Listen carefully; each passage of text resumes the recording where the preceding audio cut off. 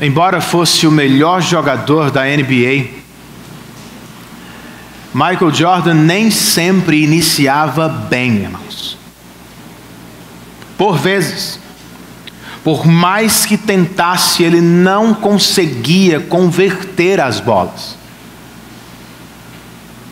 Quem assistia tinha a impressão de que seria o pior jogo do astro. De repente, porém, tudo mudava.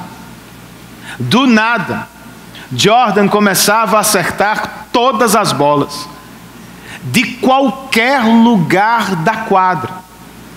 E em muitas ocasiões, ainda conseguia tempo para terminar o jogo como cestinha da partida. Qual era o seu segredo, irmãos? Como é que ele conseguia mudar o jogo tão rapidamente? Em uma entrevista, Jordan respondeu: eu não penso nas cestas que perdi. Eu só penso naquelas que preciso fazer. Memória curta. De acordo com a psicologia esportiva, atletas precisam dela para vencer. Não podem tomar muito tempo remoendo as derrotas. Precisam reagrupar forças.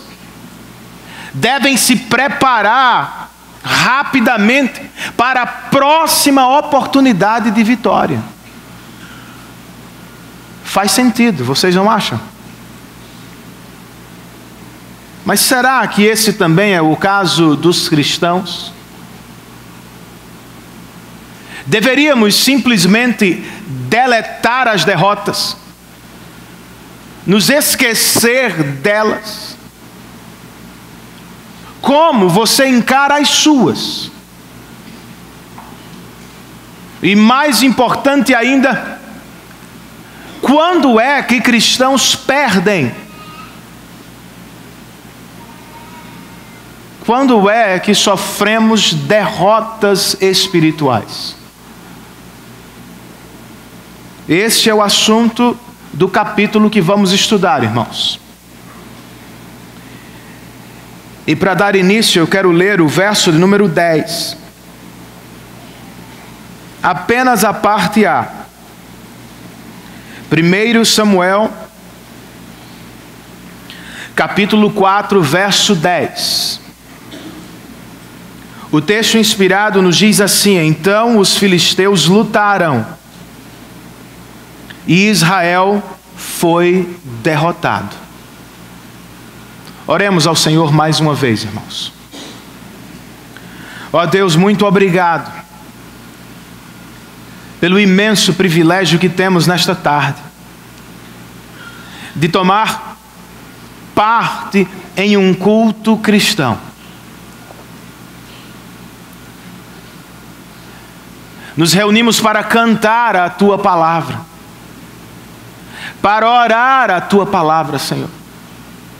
Mas na maior parte do tempo juntos, nós nos reunimos para ouvir a Tua palavra pregada.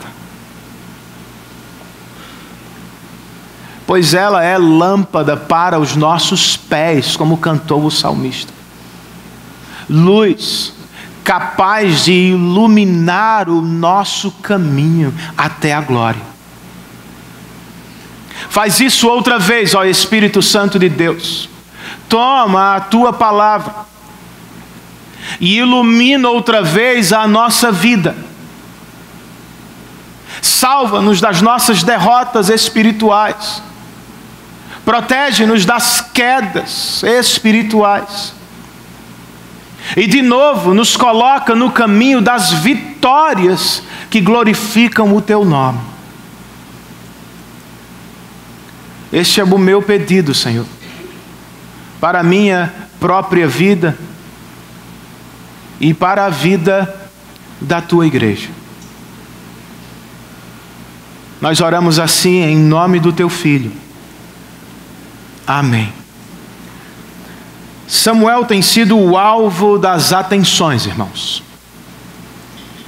No capítulo 1, ele é a resposta de Deus para Ana, uma mulher estéril que insiste em orar. No 2, ele é apenas uma criança, mas que cresce diante de Deus e diante dos homens. No capítulo 3, como ouvimos na última semana, Samuel é o jovem profeta que começa a pregar a palavra de Deus. Até aqui ele está no centro das atenções. Quando chegamos ao capítulo 4, o foco da narrativa muda abruptamente. Pois Samuel desaparece por 3 capítulos, dando lugar à Arca da Aliança. Trata-se do objeto mais sagrado de Israel, o qual simbolizava a própria presença de Deus no meio de seu povo. Dentro dela estavam as tábuas da lei de Moisés, o cajado de Arão, e em um vaso um pouco do maná do deserto. Os 3 objetos, respectivamente, falam da revelação, da salvação e da provisão de Deus durante os anos da peregrinação. Com o profeta à margem e a arca no centro de seu texto, o autor sagrado nos fala aqui sobre como Deus limpou a área para o novo regime, ou sobre como ele eliminou a família de Eli para estabelecer a família de Davi. Mas tudo começa com derrotas. O capítulo que inicia com a palavra de Samuel termina com 2 derrotas, milhares de mortes, e com a Arca da Aliança sob o poder dos filisteus, povo de quem tanto ouvimos na Bíblia, e que ao menos no Antigo Testamento figura entre os 3 maiores inimigos de Israel. A essa altura da história, nós precisamos perguntar por que os israelitas perderam para os filisteus.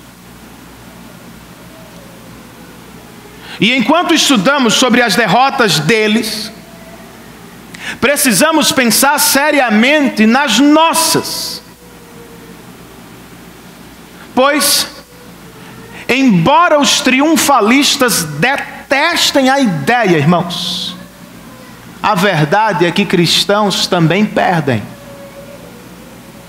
Cristãos também sofrem derrotas espirituais. A grande pergunta que fazemos ao texto é: quando os cristãos perdem? E como vocês podem observar no boletim, o texto nos oferece 4 respostas. O que significa que estamos diante de um longa. O sermão vai ser provavelmente um pouco mais extenso, mas eu espero que ele nos seja poderosamente útil na vida cristã. Ao olhar para o texto, irmãos, especialmente para os versos 1, 2 e 3, eu posso dizer o seguinte: cristãos perdem quando são utilitaristas. O autor sagrado começa com 2 informações que retratam bem a situação espiritual de Israel. Verso 1: e a palavra de Samuel espalhou-se por todo Israel. Primeira informação. Segunda, nessa época, ou seja, na mesma época, os israelitas saíram à guerra contra os filisteus. Eles acamparam em Ebenezer e os filisteus em Afeque. Embora a palavra de Deus estivesse disponível com Samuel, sua fama corria já por todo Israel. Os israelitas resolveram ir à guerra sem consultá-la. Era o que faziam o tempo todo. Qual poderia ser o resultado, irmãos? Verso número 2. Os filisteus dispuseram suas forças em linha para enfrentar Israel. E, intensificando-se o combate, Israel foi derrotado pelos filisteus, que mataram cerca de 4.000 deles no campo de batalha. Os israelitas foram à guerra sem Deus e por isso perderam. O que vão fazer agora? Qual é a nova estratégia militar? Verso de número 3. Quando os soldados voltaram ao acampamento, as autoridades de Israel perguntaram: por que o Senhor deixou que os filisteus nos derrotassem? Os líderes de Israel até fizeram a pergunta certa, irmãos. Por que foi mesmo que Deus nos entregou nas mãos dos nossos inimigos? O problema é que eles não se demoraram nela.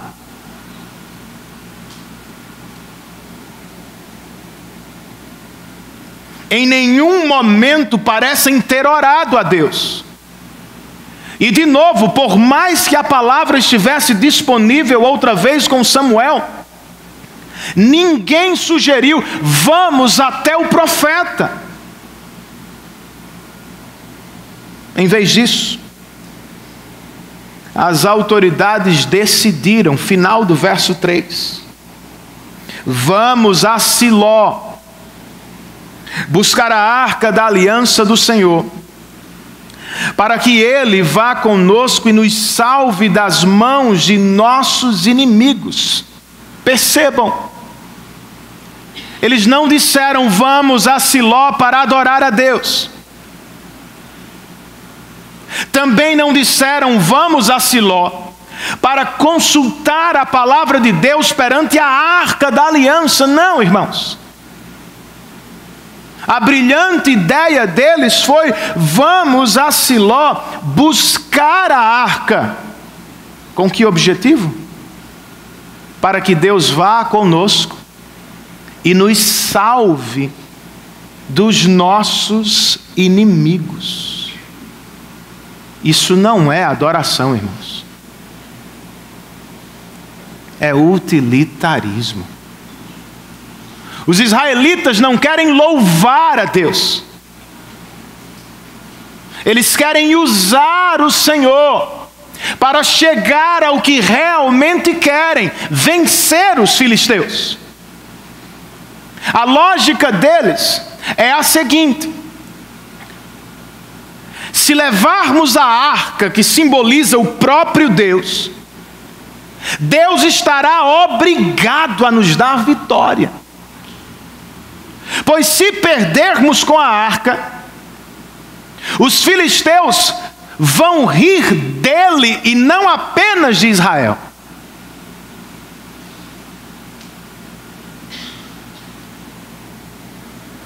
Não é assim que nós raciocinamos também, irmãos? Não é o que está por trás de algumas vigílias? Por trás de alguns jejuns prolongados? Nós pensamos, depois de todo esse sacrifício, Deus certamente vai nos atender. Será? Não é como pensam alguns líderes religiosos dos nossos dias. Como pensam algumas igrejas que eu e você conhecemos. Se criarmos o ambiente perfeito, com luzes, fumaça, música adequada, Deus descerá entre nós para nos abençoar. Como você pode ter certeza? Por vezes tratamos Deus como se Ele fosse nosso garçom. Pense bem, quando vai a um restaurante, você não conversa com o garçom. Você conversa com os amigos, com os familiares. O garçom não é parte de sua noite, ele não se senta à mesa com você. Você o chama quando tem necessidade de fazer. Infelizmente é assim que tratamos o nosso Deus muitas vezes, irmãos.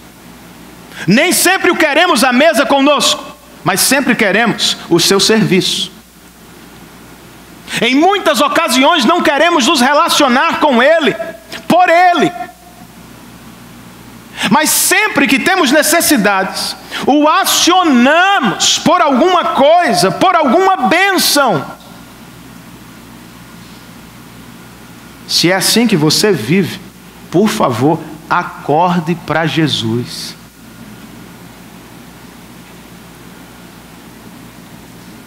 Deus não existe para você.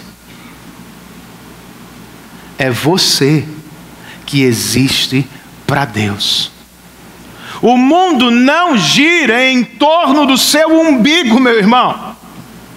Tudo pertence ao nosso Deus. E tudo gira em torno dele e existe para a glória dele. Como Lúcia fica sabendo ao final do 2º volume das Crônicas de Nárnia, para rebater aquilo que Antônio disse no sermão da semana passada,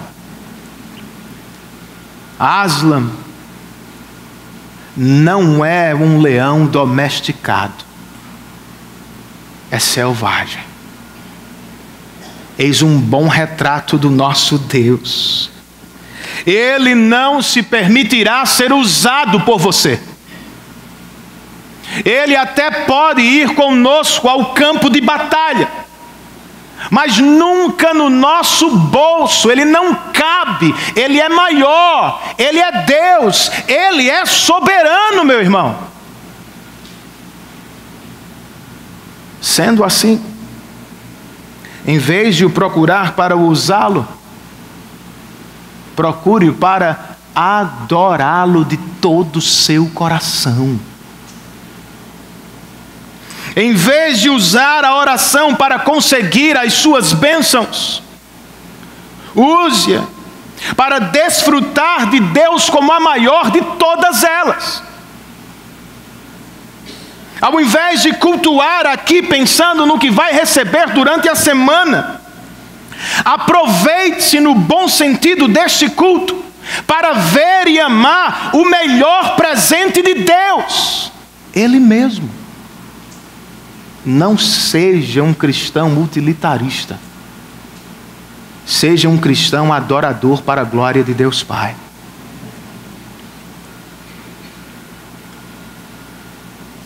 Mas e se perder, Renan? E se eu for derrotado? Vez por outra, irmãos, por mais que não gostemos da ideia, nós todos somos. São doenças inesperadas, portas que se fecham, pessoas que nos abandonam, ministérios que não frutificam. O que será que está acontecendo? Os israelitas fizeram a pergunta certa. Mas de novo, irmãos, não tomaram tempo para respondê-la. Muito rapidamente procuraram a nova estratégia humana. Não o siga, meu irmão. Tenha coragem. Tenha coragem de parar. Tenha coragem de pensar. Tenha coragem para consultar a palavra de Deus. Faça o que os israelitas não fizeram. Se levar o conselho a sério, você vai perceber que esse texto se passa durante o período dos juízes. Nós já dissemos isso aqui antes.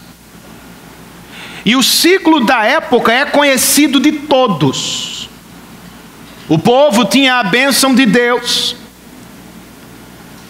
se encantava com ela, se distanciava dele, era entregue nas mãos de opressores, sofriam, padeciam, clamavam. E então, por misericórdia, Deus lhes enviava um novo libertador para salvá-los. Não era assim. Estamos no mesmo período. As coisas ainda acontecem da mesma forma. E o que eu quero com isso? Derrotas circunstanciais podem ser o barômetro de Deus. Não se lembra dele, João? Eu vou explicar. Barômetro é o instrumento que indica a pressão atmosférica, a altitude e as prováveis mudanças do tempo. Nossas derrotas funcionam assim. Elas sugerem e indicam que talvez estejamos longe do Senhor. Esse é o seu caso.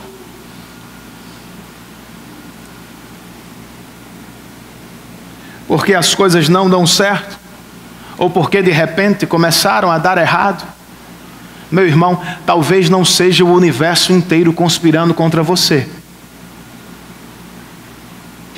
Talvez seja o seu Deus chamando a sua atenção. Como fez com Jonas em alto mar. Talvez o Senhor esteja batendo na sua vida, no seu barco.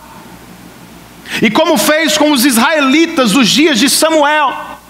Talvez Ele esteja permitindo derrotas na sua caminhada, a fim de fazê-lo clamar outra vez por salvação. Faça-o. Seja sábio. Sejamos todos humildes.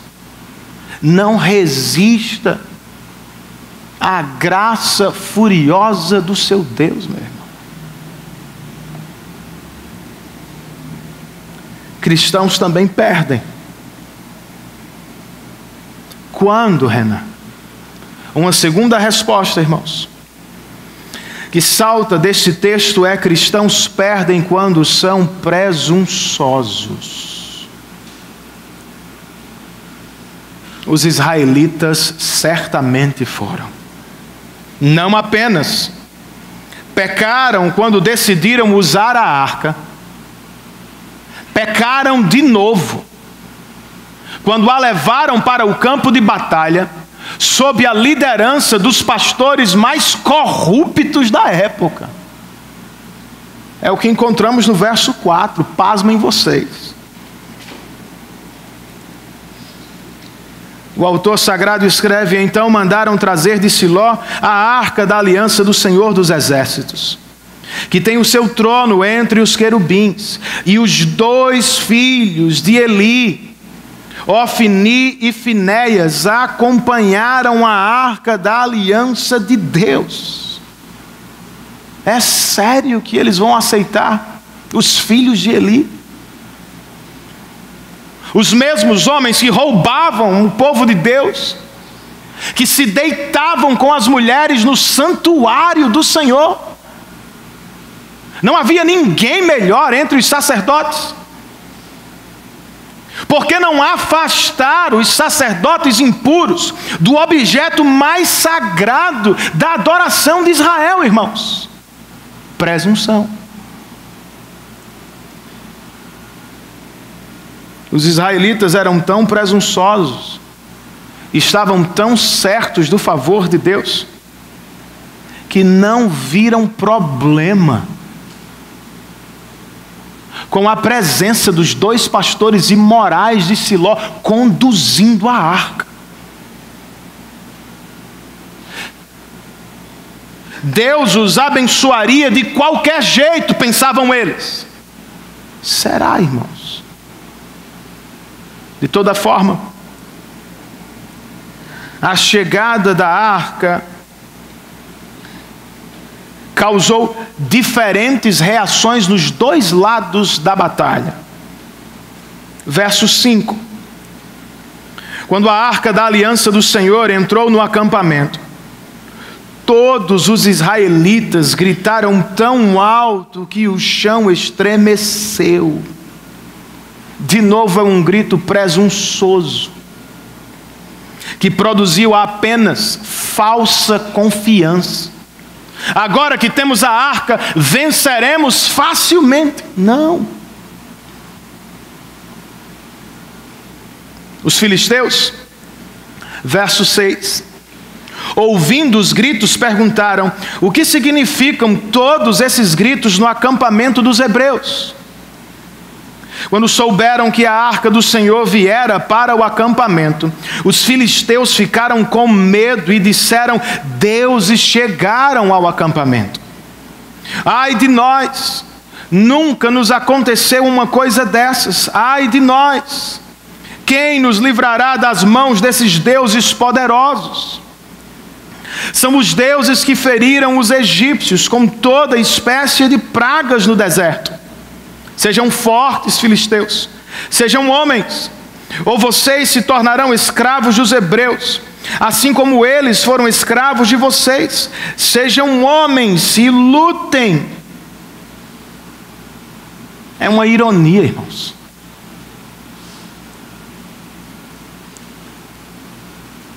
Os israelitas se enchem de presunção com a presença de Deus. Os filisteus, por sua vez, revelam temor. Percebam, eles não são o povo da aliança. Não conhecem a Deus pessoalmente. Não desfrutam de um pacto. Conhecem pouco de Deus. Mas é suficiente para encher seus corações de temor. Pouca teologia, mas eles sabem que Deus é poderoso, que o Senhor enviou pragas ao Egito e que cuidou dos hebreus durante toda a peregrinação. É pouco conhecimento, mas é suficiente. Eles estão pensando de verdade que vão perder a batalha. Ainda assim, se animam uns aos outros: sejam fortes e lutemos até o fim como homens, sem fugir da batalha. É o que eles fazem. E o texto registra versos 10 e 11. Então os filisteus lutaram e Israel foi derrotado. Cada homem fugiu para a sua tenda. O massacre foi muito grande. Israel perdeu 30.000 homens de infantaria. A arca de Deus foi tomada e os 2 filhos de Eli, Ofni e Finéias, morreram. Eles perderam o primeiro confronto diante dos filisteus e pensaram: foi porque não tínhamos a arca. Mas agora no segundo, com a arca, eles perdem de novo. Por quê, irmãos? O pastor presbiteriano Dale Davis escreve: porque o Senhor pode até ser humilhado temporariamente na Filístia, mas não será mais desprezado em Israel. Os povos, Israel e os demais, podem até dizer: Yahvé perdeu. Eles estarão errados. Pois o que está acontecendo de verdade é o seguinte: por meio dos filisteus, Deus está julgando a casa de Eli como prometeu. E ao mesmo tempo está preparando o terreno para a casa de Davi, o homem segundo o seu próprio coração. Mas não é o que pode estar acontecendo outra vez conosco, irmãos. Será que não nos tornamos presunçosos no nosso relacionamento com Deus? Israel foi graciosamente, de todos os povos da terra, graciosamente escolhido para desfrutar de uma relação familiar, pactual com o Rei do Universo. Isso é pura graça, irmãos. No entanto, Israel não dá atenção à parte que lhe cabe no pacto.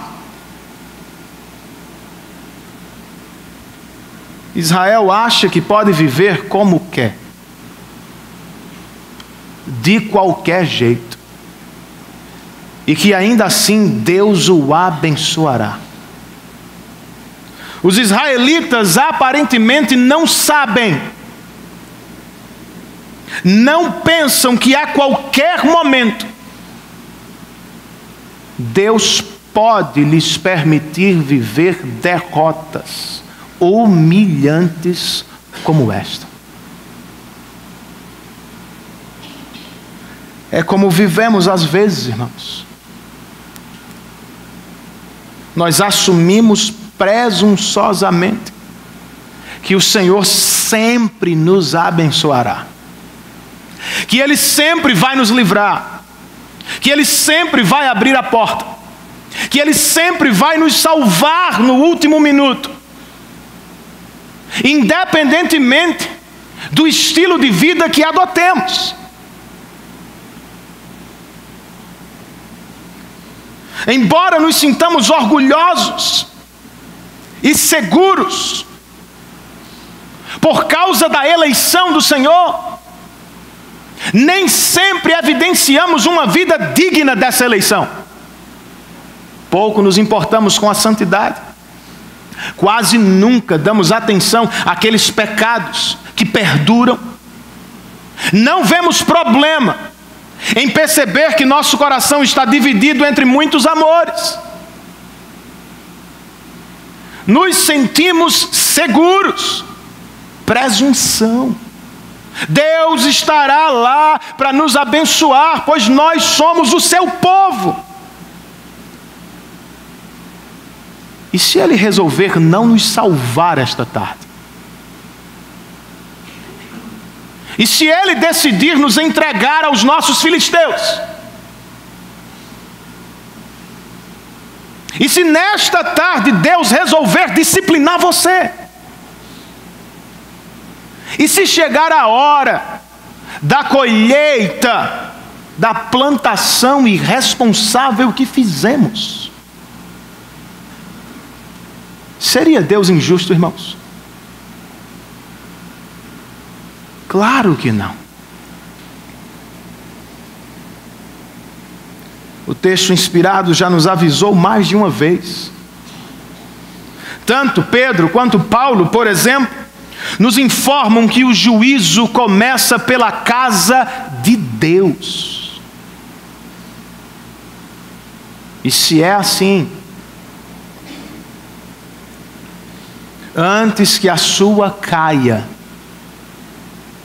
antes que os seus filhos fujam de medo, antes que você se perceba prostrado, derrotado diante dos seus pecados, corra para a presença de Deus em arrependimento outra vez.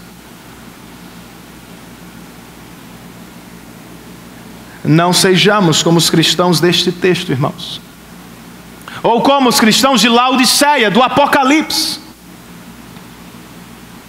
que diziam abertamente: de nada temos falta. Nos vejamos como o Senhor os via. Vocês são pobres, estão sem roupas, são cegos. Atenda àquele que bate a porta do seu coração outra vez nesta tarde. Abra a porta e volte a desfrutar do banquete da presença de Deus por meio de Cristo de novo.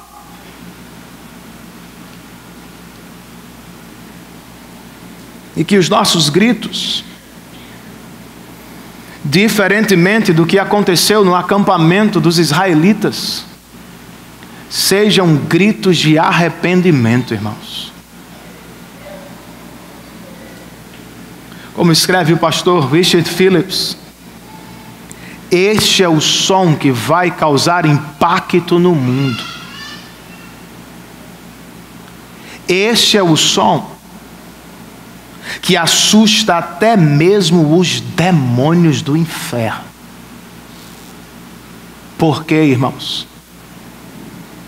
Porque com Cristo em nosso meio, pela fé na obra redentora dele, e em uma vida de arrependimento que prova essa fé, ninguém será capaz de nos separar do amor de Deus em Cristo. Pois nós já somos, diz Paulo, mais do que vencedores no Senhor. Este, portanto, é o som que precisamos emitir outra vez, o som do arrependimento. Não sei você, mas por vezes eu me assusto com alguns cultos evangélicos dos nossos dias, irmãos. As pessoas pulam, as pessoas dançam, são capazes de fazer stories, mas poucas choram em arrependimento. Poucas tremem diante da presença de Deus. As pessoas querem shows, luzes e diversão. As mesmas pessoas, contudo, não suportam, não aguentam 1 hora de pregação da palavra de Deus. E eu estou falando do que eu vejo por aí.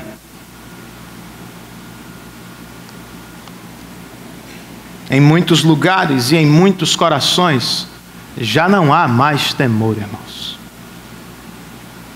Curiosamente, mesmo não sendo o povo da aliança, os filisteus tinham temor. E eles acertaram. É o que precisamos ter em um culto, irmãos.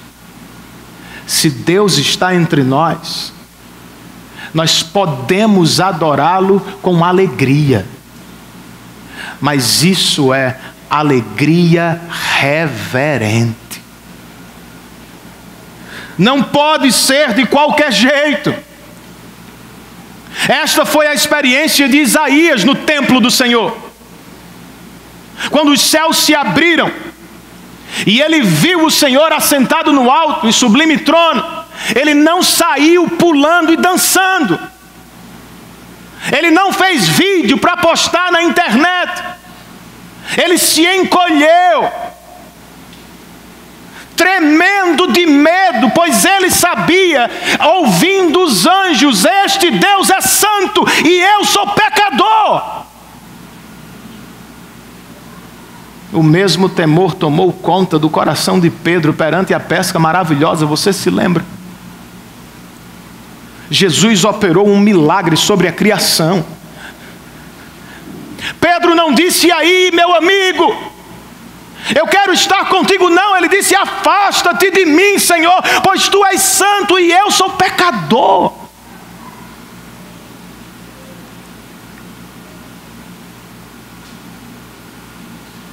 Quando o apóstolo João viu o Cristo exaltado, irmãos,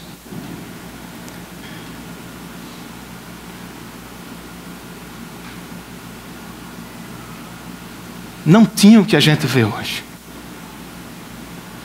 Ele não fez trenzinho, ele não pulou, ele não demonstrou alegria frívola do tipo que vamos ver agora em uma semana. O apóstolo caiu no chão como morto. Nós precisamos de temor, irmãos. Que Deus nos batize nesta tarde com temor. Pois Ele está entre nós. Mas não se engane, Ele ameaçou as igrejas da Ásia Menor. E através delas Ele faz o mesmo entre nós. Não pensem que será para sempre. Não pensem que é de qualquer jeito. Tem que ter temor.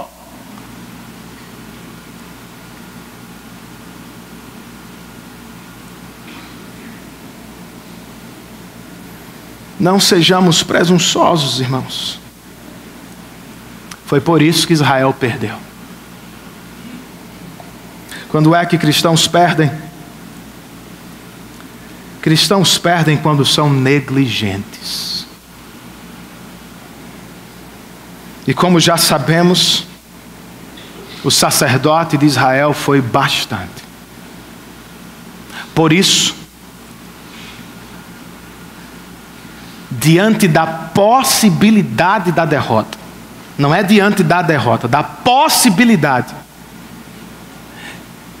ele já estremecia por dentro em ansiedade. Negligência. É o que nos conta o autor sagrado nos versos 12 e 13. Naquele mesmo dia, um benjamita correu da linha de batalha até Siló, 32 quilômetros, dizem os estudiosos. Com as roupas rasgadas e terra na cabeça, sinal de derrota. Quando chegou, Eli estava sentado em sua cadeira ao lado da estrada e estava preocupado, pois temia em seu coração pela arca de Deus. Nem havia perdido ainda. O homem entrou na cidade e contou o que havia acontecido, e a cidade começou a gritar. Eli ouviu os gritos e perguntou o que significa esse tumulto. O homem correu para contar tudo a Eli. Antes disso, no verso 15, o autor nos dá um vislumbre de como ele estava àquela altura do campeonato. Eli tinha somente 98 anos de idade, e seus olhos estavam imóveis, já não conseguia enxergar, por isso ele não viu o corredor. Ele não sabia o que estava acontecendo. Vai tomar conhecimento agora. Verso 17. Pois o mensageiro respondeu: Israel fugiu dos filisteus. E houve uma grande matança entre os soldados. Também os seus 2 filhos, Ofni e Finéias, estão mortos. E a arca de Deus foi tomada. O sacerdote podia aceitar a derrota. Israel já perdera em outros momentos. Para ser sincero, ele até esperava a morte dos filhos. Fora profetizada 2 capítulos antes. Ele tinha ideia. Mas ele não estava preparado para a última parte da notícia. Eli, tomaram a arca da aliança. Foi demais para ele, irmãos. Era o símbolo da presença de Deus, e ele era o responsável por ela.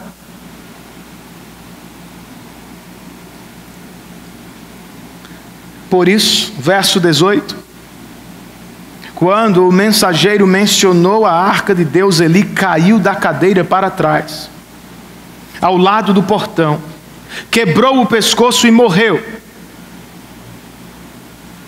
pois era velho e pesado. O choque da notícia literalmente o matou, irmãos. Depois de 40 anos de exercício ministerial, é o que encontramos ao final do verso 18. É assim que o sacerdote de Israel morreu. Foi um final de vida trágico e deprimente. Do lado de dentro, ele é descrito como um homem ansioso. Do lado de fora, seus olhos não funcionam mais. Ele é velho e pesado, obeso.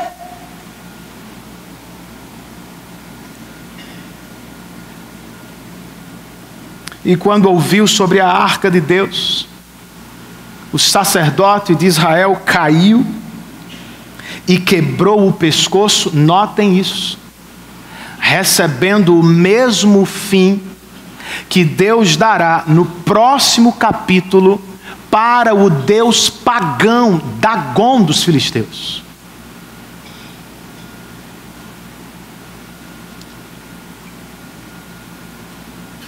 Ninguém parece ter pranteado esse homem.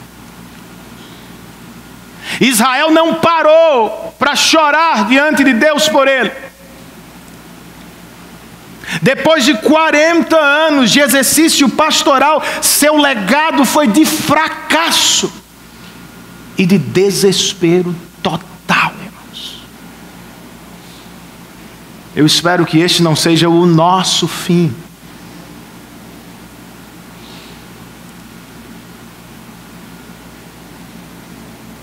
Mas talvez alguém esteja se perguntando: o que foi que aconteceu com ele, Renan?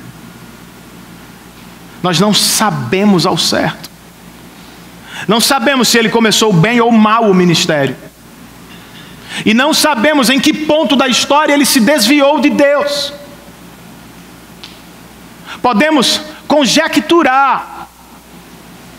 Quem sabe ele não tinha esposa. O texto não a menciona. Ou se tinha, ela não o ajudava bem. Ou talvez tenha morrido cedo, deixando o sacerdote com 2 filhos e uma igreja, não sei.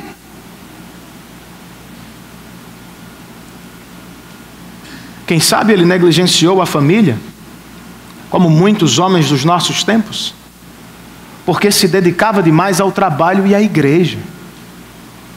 Talvez. Outra resposta mais provável é a seguinte, irmãos. A queda do sacerdote de Israel aconteceu como sempre acontece. Um passo, uma decisão, uma concessão de cada vez. É sempre assim. E não tenha dúvida, a colheita não falha. O apóstolo Paulo vai escrever aos Gálatas: quem semeia para a carne, da carne colherá destruição. E quem semeia para o Espírito, do Espírito colherá a vida eterna. É simples assim. Ilustração do campo, todo mundo aqui entende. Nós só temos 2 opções. Ou investimos no campo do nosso pecado, para certamente colher a destruição dos relacionamentos com Deus e com os semelhantes. Ou investimos para semear no campo do Espírito, para desfrutarmos de uma vida bem-aventurada diante de Deus. Não há outras opções, irmãos.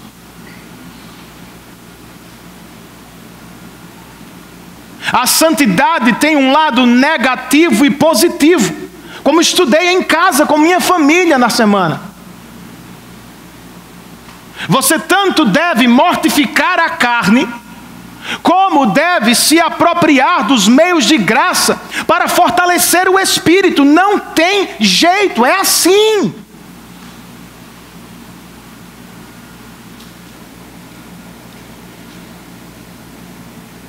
O Dr. John Stott escreveu: há muitos cristãos que semeiam para a carne a semana inteira e depois ficam se perguntando por que não colhem santidade. É óbvio, Nós precisamos diminuir este semear no campo dos nossos pecados. Para tanto, disse Jesus no Sermão da Montanha, precisamos cortar algumas coisas.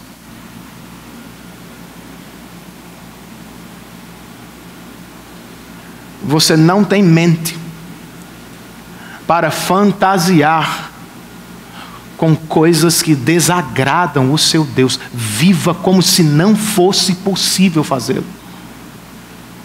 Você não recebeu mãos para realizar aquilo que desonra o seu Deus. Tenha em mente que você não tem mãos para fazê-lo. Você não recebeu pés, pernas, para estar em ambientes que favorecem a sua queda. Precisamos fazer o oposto, irmãos. Precisamos semear no campo do Espírito. E me permita, você não precisa subir a um monte santo. Não precisa esperar a viagem à Terra Santa. Não precisa aguardar pelo retiro espiritual dos santos dos santos. Essas coisas acontecem uma vez na vida. Se aproprie daquilo que você tem todo dia e toda semana.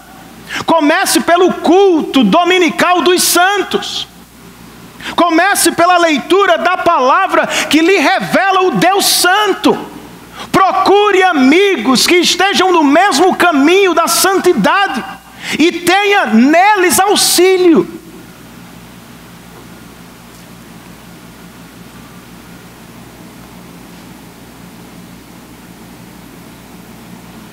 A chave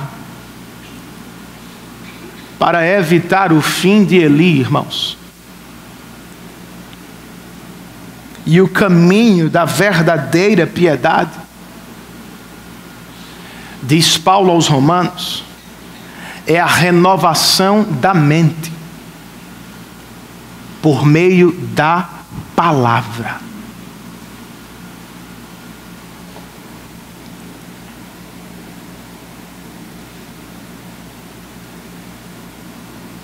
É assim também que nós nos preparamos para as más notícias da vida.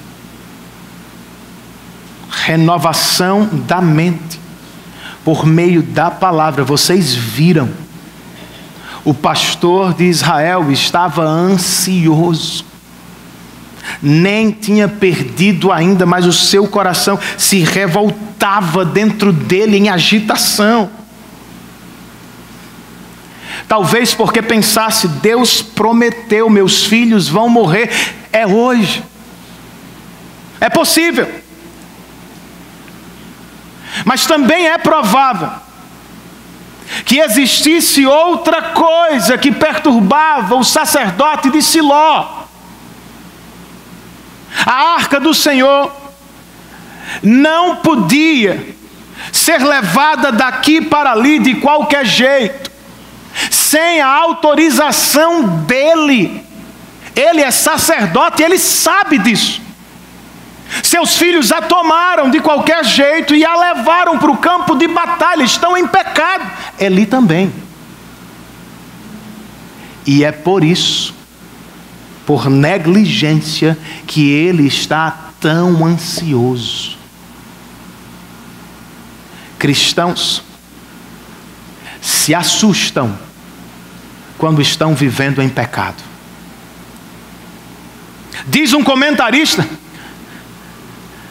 cristãos temem quando estão em pecado, até o barulho das folhas que caem das árvores. É nesse momento que Satanás se aproveita para perturbar, condenar, massacrar a sua mente. Tudo o que está acontecendo é porque você errou.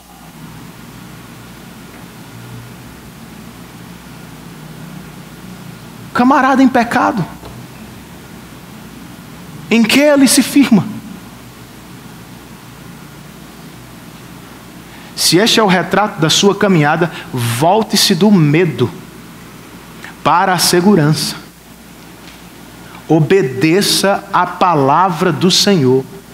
Quando as más notícias chegarem, você estará de pé, tranquilo diante de Deus. É o único meio seguro, irmãos, de receber as más notícias com paz. É a única avenida segura também para enfrentar a velhice e a morte em paz. Pessoas temem a morte. Há pessoas que nem foram ao médico ainda, mas elas já têm o próprio diagnóstico: eu vou morrer.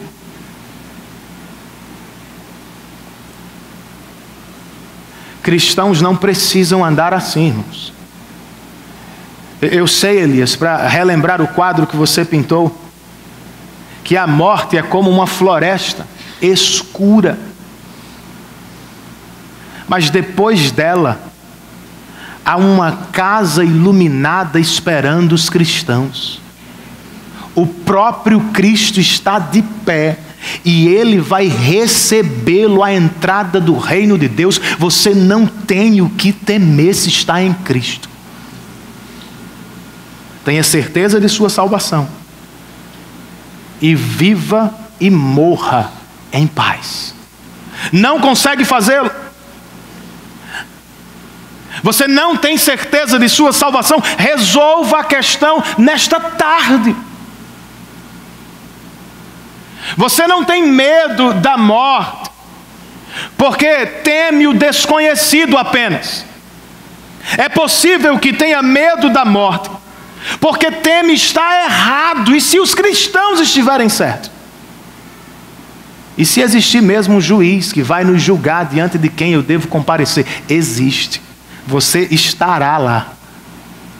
Você não tem opção. Você precisa decidir como estará lá. Vai se apresentar diante dele com as fracas e poucas boas obras que tem, e com os muitos pecados que cometeu, para ser condenado justamente? Ou vai se apresentar diante dele cheio de pecados, mas coberto pelo sangue do justo Salvador Cristo Jesus?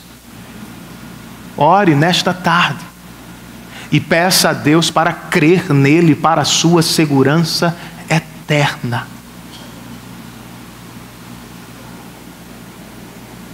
Para terminar, irmãos,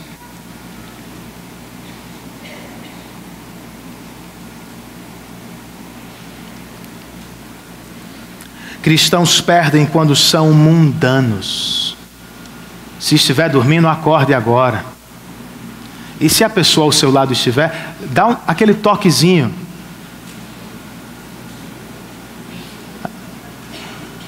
É necessário. Estou quase no fim, irmãos. Nossa passagem termina com um relato tocante e ao mesmo tempo perturbador. Vamos ler os versos 19 e 20. Sua nora, ou seja, a nora de Eli, a mulher de Finéias, estava grávida e perto de dar à luz, quando ouviu a notícia de que a arca de Deus havia sido tomada e que seu sogro e seu marido estavam mortos. Entrou em trabalho de parto e deu à luz, mas não resistiu às dores do parto. Enquanto morria, as mulheres que a ajudavam disseram: não se desespere, você teve um menino. Mas ela não respondeu, nem deu atenção. Dar à luz era o ponto alto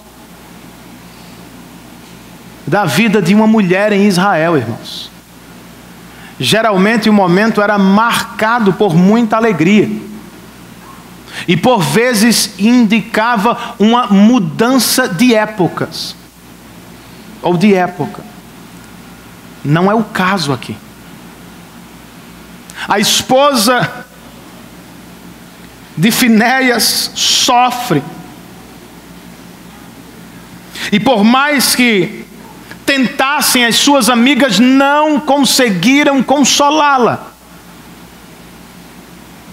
Em vez de júbilo, ela sofre muito com as dores do parto. Um detalhe que quase nunca é mencionado nas narrativas de nascimento na Bíblia. Quase nunca você vai ouvir: fulana sentiu muitas dores de parto. O autor o faz aqui. Por quê, irmãos? Para nos fazer lembrar da maldição de Gênesis 3. O que era para ser alegria, por causa do pecado, transformou-se em dor e resulta às vezes em morte. Ela vai morrer. Antes, porém, ela faz algo significativo e revelador ao final do texto, versos 21 e 22. Ela deu ao menino o nome de Icabode e disse: a glória se foi de Israel, porque a arca foi tomada e por causa da morte do sogro e do marido. E para que ninguém ficasse em dúvida sobre o significado do nome de seu filho, ela acrescentou: a glória se foi de Israel, pois a arca de Deus foi tomada. Algo semelhante, irmãos, tinha acontecido décadas atrás. Lembrem-se, ainda estamos no período dos juízes. O libertador de Israel, Sansão, se levantou para lutar contra os mesmos filisteus. E pensou consigo mesmo: sairei como antes e me livrarei deles. Mas como nos diz o texto inspirado em uma das frases mais tristes de toda a Bíblia para mim, Sansão não sabia que o Senhor havia se retirado dele. É a mesma ideia aqui, só que com um acréscimo, um agravante. A mulher de Finéias não está falando mais de um homem, ela está falando de um povo inteiro. Com a glória se foi de Israel, ela está dizendo: Deus se apartou de nós, retirou de seu povo a sua bênção e a sua mão, a glória se foi. Para onde, irmãos? É difícil perceber em nossas versões em português, mas como indica Tim Chester, no hebraico glória e peso têm a mesma raiz. São palavras quase que idênticas. Por isso, continua o mesmo comentarista, não pode ser coincidência. O autor sagrado não precisava nos dizer que Eli estava pesado, mas ele o faz. Eu tenho para mim que ele está nos apontando a resposta para onde foi a glória. A resposta é: a glória de Deus foi parar na barriga de um sacerdote corrupto e de seus filhos. Faz todo sentido, pois essa foi uma das reclamações que Deus fez contra a família dele, se lembram? Capítulo 2: por que é que você honra mais os seus filhos do que a mim, engordando-os com as melhores partes das minhas ofertas? O Senhor se referia à gordura, irmãos, que deveria ser queimada em adoração. Mas onde ela estava? No ventre de sacerdotes mundanos, que se davam por satisfeitos com glórias passageiras e pequenas, voltando-se deles para nós. Onde está a glória em nossas vidas, irmãos? Em que você se gloria de verdade? Relendo um curto texto de Lewis na última semana, um capítulo deste livro que citei para vocês, eu me deparei com esta passagem. Essas coisas, Lewis referia-se às melhores experiências da vida, são boas imagens daquilo que realmente desejamos. Mas se forem confundidas com a coisa em si, tornam-se ídolos mudos, partindo o coração de seus adoradores. Por melhores que sejam, não são a coisa em si, são apenas a fragrância de uma flor que nunca encontramos, o eco de uma melodia que nunca ouvimos, notícias de um país que ainda não visitamos. É isso, irmãos. E infelizmente, para seguir citando o mesmo autor, nós somos criaturas medíocres, brincando com bebida, sexo e ambição, quando a alegria infinita nos é ofertada em Cristo.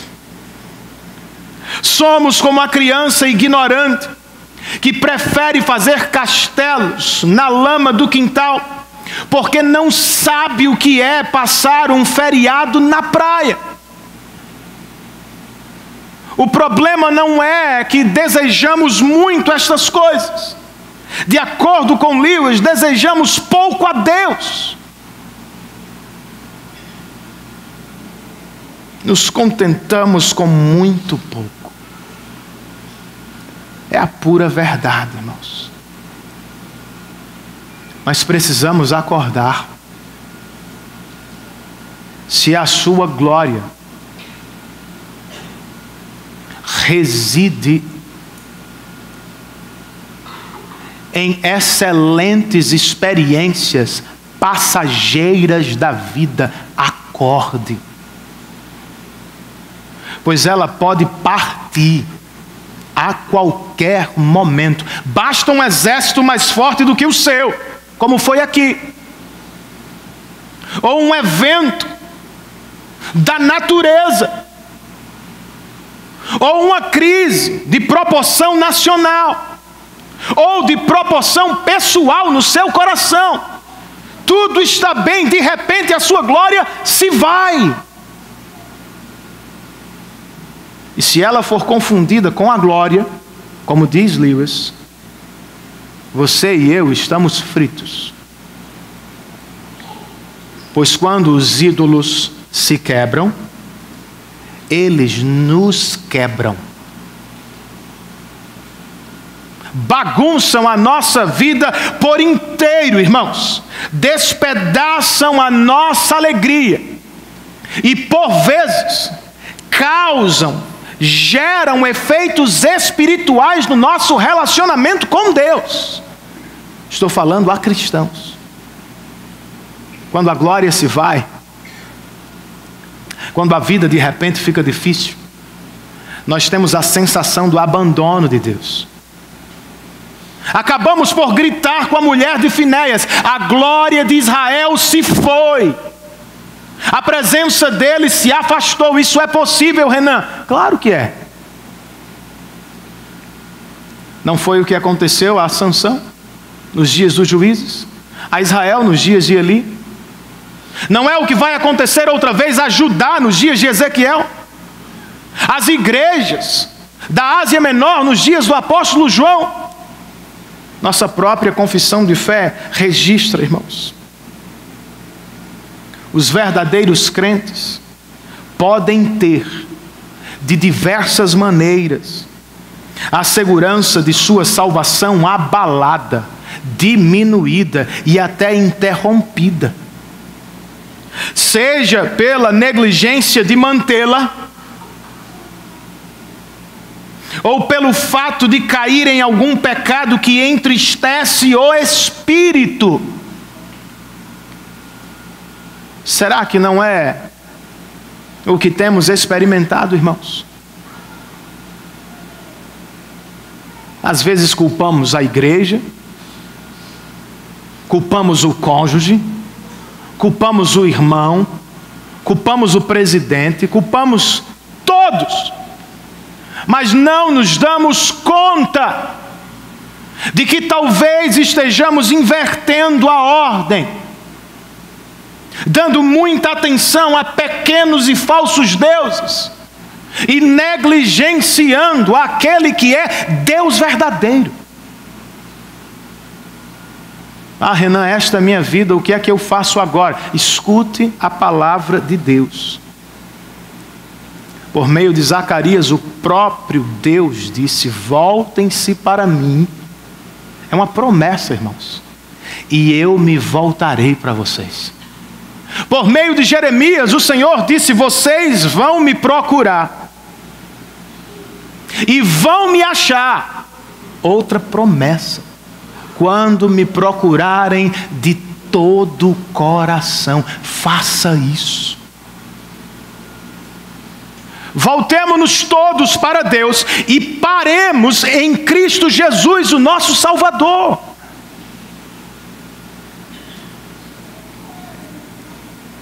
Pois, se os nossos pecados clamam Icabode, foi-se a glória. A graça do Senhor se chama Verbo encarnado, glória do unigênito do Pai entre nós. Se os nossos pecados clamam contra nós Icabode, Deus nos deixou. A graça de Deus clama Emanuel, em Cristo Deus está conosco.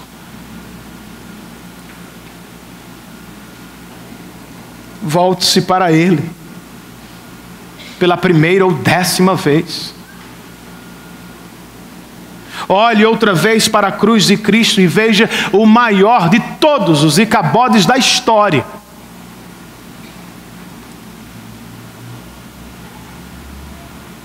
Pois a glória se foi naquele dia. A criação deu prova disso. Cristo mergulhou nas nossas densas trevas. E diz o texto que ele teve esta sensação de Icabode. Foi-se o cuidado ou a presença paternal de Deus para ele. Ainda bem, irmãos, que a história não termina aí. Ao terceiro dia, o Senhor ressuscitou dos mortos, para dar glória eterna a todos aqueles que creem. Você crê, meu irmão? Você que nos visita, está frustrado com o peso das glórias passageiras deste mundo? Volte-se para Cristo. Cristão, está fraco espiritualmente, volte-se para Cristo. Ele é a nossa glória. Por causa dele, irmãos, a porta da pesada glória de Deus, da eterna glória de Deus, finalmente se abrirá para nós. Não é o que queremos de verdade? Não é o que você deseja, estar livre do pecado, do encantamento com pequenos e falsos deuses, para se achar feliz nele para todo sempre? Estamos caminhando para a glória, irmãos. Até lá, o que fazemos, Renan? Nós treinamos, nos aperfeiçoamos para isso. Memória curta não era a única coisa que Michael Jordan tinha, irmãos. Embora pensasse sempre para frente dentro dos jogos, o melhor jogador de todos os tempos do basquete sabia que havia erros, sabia que precisava melhorar. Por isso, sempre treinou mais do que todos os seus companheiros. E detalhe, até o fim da carreira. Quando questionado, ele respondeu assim: eu tenho acertado, em média, 50% dos meus arremessos. O que significa que também tenho errado os outros 50%. Eu preciso melhorar constantemente. Eu e vocês também. Sempre há um novo pecado para abandonar, irmãos. Um novo inimigo da fé para derrotar. Vez por outra vamos perder uma batalha, eu sei. Podemos olhar para Cristo e ter na vitória dele a nossa salvação outra vez. Mas não vamos parar nela. A salvação graciosa de Deus não é a linha de chegada, é o ponto de partida. Enquanto nos maravilhamos com a salvação graciosa de Deus a cada domingo, vamos reunir forças para combater o bom combate da fé e para buscar uma vida santa, irmãos. É o que há entre a cruz e a glória. Guerra por uma vida santa. Que Deus nos ajude, irmãos. Que Ele nos livre de derrotas. E que Ele nos guie no caminho da vitória espiritual. Vitórias que dão glória a Ele. E enchem os nossos corações de alegria espiritual. Quero convidar você a curvar a sua cabeça por alguns minutos. E a pensar brevemente sobre o que você ouviu. Não saia correndo, não saia antes do término.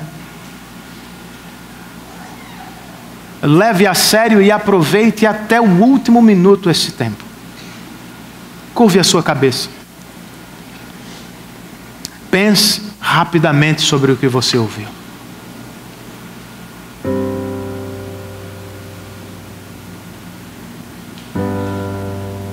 Senhor, tenha misericórdia de nós.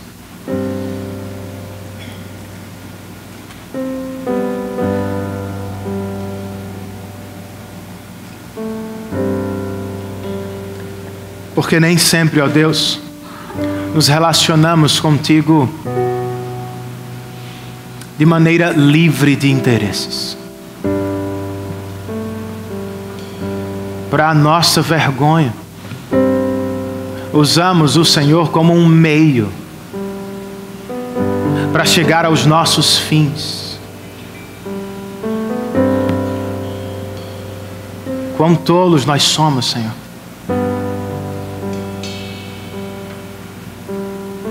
Pois qual poderia ser o fim melhor? O que poderia nos dar mais prazer do que o Senhor?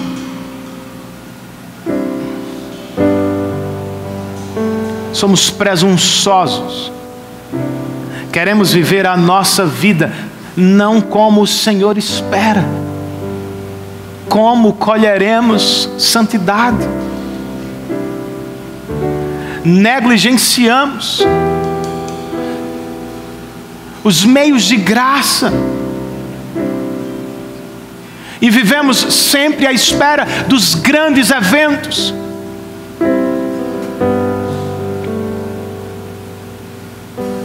Nos permitimos, Deus, nos apaixonar por coisas efêmeras que só vão encher o nosso coração de frustração e de decepção. Tenha misericórdia de nós, Senhor. Despedaça os nossos ídolos.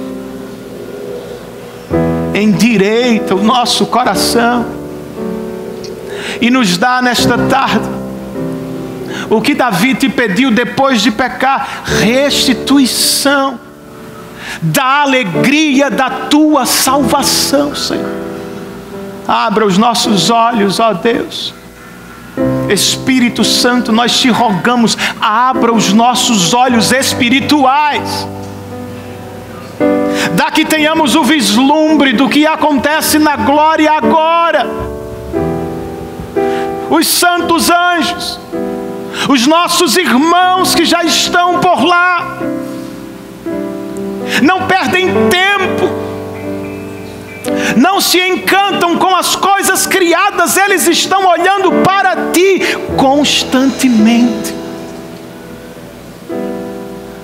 Nos dá essa graça nesta tarde, ó Deus.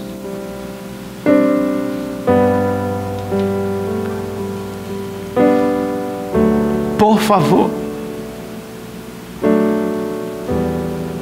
por causa de Cristo, por amor a Ele, para o louvor da obra dEle, salva-nos, reaviva-nos, para a glória de Cristo.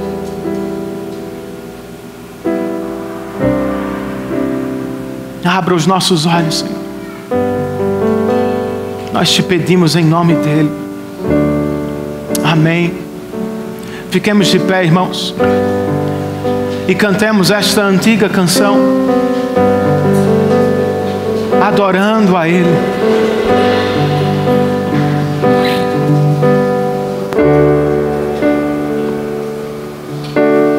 Quão formoso és,